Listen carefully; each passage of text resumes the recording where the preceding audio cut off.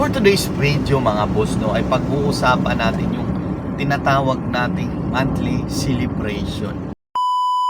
Yo, what's up? Ako nga pala si Jeff Cinco, isang entrepreneur at isa ring bagong content creator dito sa Davao del Sur.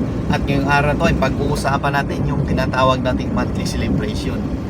Kahapon pala guys ay naalala ko lang, no, nandun kami sa isang beach dito sa Digos para maging experience, para mag family day. Pamilya ko, asawa ko, anak ko, yung sa kabisihan namin sa buhay. Bakit nga ba naisipan namin na ganon?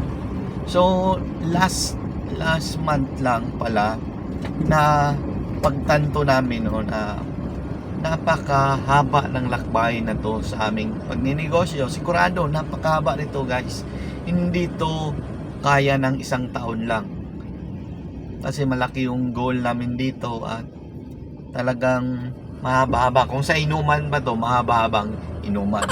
So ngayon nga, sabi ko dun sa asawa ko, minsan kasi pag sagad-sagad yung ginagawa nating trabaho, talagang walang pahinga, no? Todo kayon tayo. Nakalimutan ko na yung ano ba yung nakalimutan ko para saan ba tong ginagawa natin. Kasi pag tuloy-tuloy yung gagawin mo yon, talagang focus ka lang doon, magsasakripisyo yung iba, kaya ng pamilya, yung pamilya natin, anak natin, magsasakripisyo yon, mapabayaan natin. Yan yung maraming lagi kong napapasin. Sample na lang doon sa namin, sa negosyo namin ngayon, salon. Marami kaming gagawin, marami kaming ginagawa, pero kailangan din naming magpahinga at mag-celebrate ng kahit konting celebration man lang, hindi man lang bongga-bonggang pangmalakasan. Celebrate lang, kakain sa labas or maligo sa mumurahing liguan, o naman yung bonggang-bonggang pupunta ka ng Palawan, di ba? So bakit namin to ginagawa? Kasi parang minsan pag sagad na sagad ka na, lalo na sa akin kasi yan din yung napagdesisyonan namin. Last month pa lang pala nagdesisyon kaming ako na sasahod ako sa aming negosyo. Nagdesisyon na namin dapat may sahod rin ako doon, kasi hindi siya sa utak sa utak ko, hindi siya masaya guys. Hindi siya masaya na pagkatapos ko gawin yung problema na yon, pagkatapos ko na-solve yung bagay na yon, wala akong naging kapalit. So sinabi ko, ba't parang nakakapagod, nakakalungkot na ginawa kong to, wala man lang bumalik sa akin. So yun, nag-decision kami na sumahod ako. Pero guys, hanggang ngayon hindi pa rin ako nakasahod. So may kulang pa rin talaga. Ito ay hindi na ulit sa sahod, kasi ako naman may hawak ng ATM namin, ng bangko namin. Kulang pa rin siya. So tingnan namin kung ano yung pagkukulang sa ginawa namin. So, ginawa namin na naman ngayon, mag-celebrate kami sa aming araw-araw na ginagawa sa buhay at sa pagninegosyo. Kasi mahaba-habang ito marami kaming negosyong gustong buksan, marami kaming gustong pasukin na alam naming makakatulong sa mga pinagsilbihan naming mga customers, lalo sa mga business owners. So kailangan naming maging maging tigilan tayo dito saglit. Dito kasi tayo sa daan, no? So kailangan naming maging masaya sa mga ginagawa namin. Kailangan naming sabi kasi nila, enjoy the process, di ba? Sabi na, marami akong narinig na ganyan, enjoy lang natin yung proseso, pero hindi mo maiwasan talaga na ma-burn out ka. Burn out! English, kanino ba galing yan? Hindi sa akin yan.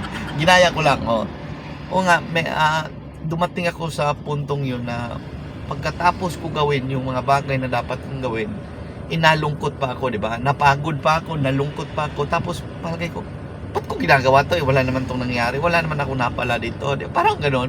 Na-experience ba rin mga ganyan? But sa akin, naranasan ko yan na ganyan yung experience ko.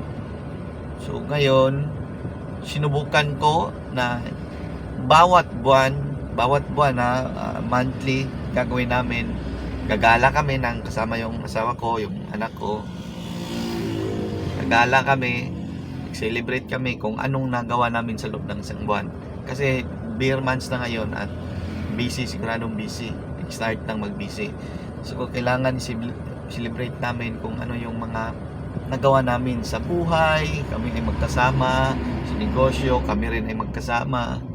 So, mahalaga sa akin yun na celebrate para naman yung kaluluwa, kung malaman lang tayong yung kaluluwa ba natin o yung utak natin ay maging masaya siya sa proseso. Kahit hindi pa kami dumating sa successful ng negosyo, sa tagumpay, dapat i-celebrate na namin ngayon na darating din naman kami doon. Kasi guys, napansin ko, hindi to kaya ng 1 taon, hindi to kaya ng 2 taon, 3 taon, 5 taon. Malabo.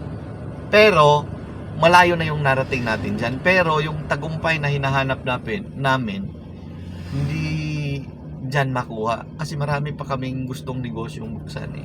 Hindi lang tong ganitong negosyo namin, marami pa.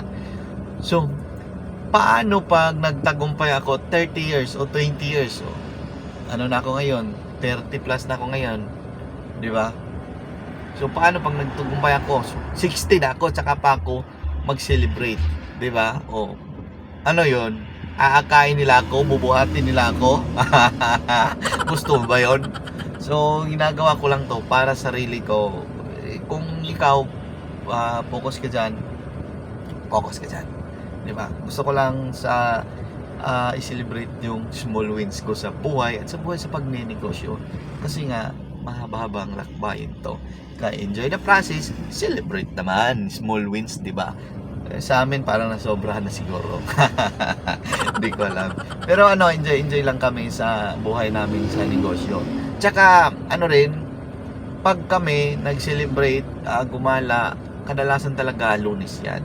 Lunes, bakit naman Lunes? Kasi ito halimbawa, yung mga tao kasi busy yan mula Lunes hanggang Biyernes. Kadalasan yan, free time yan yung weekends na, Friday, Saturday, Sunday. At lahat sila nandun sa gusto mong puntahan. Nandun yan sa mall, nandun yan sa sinihan, nandun yan sa resort, nandun yan sa swimming pool, nandun yan sa mga pasyalan. At sa mga araw na yan, mga oras na yan, punuan yan dyan. Kaya tuwing Lunes kami pumupunta sa mga pasyalan kasi walang tao dyan. At bakit nga ba Lunes yung day off namin? Kasi kami po nasa salon business kami at sa mga pampaganda, pampa-relax na mga negosyo, Lunes lang ang hindi busy dyan.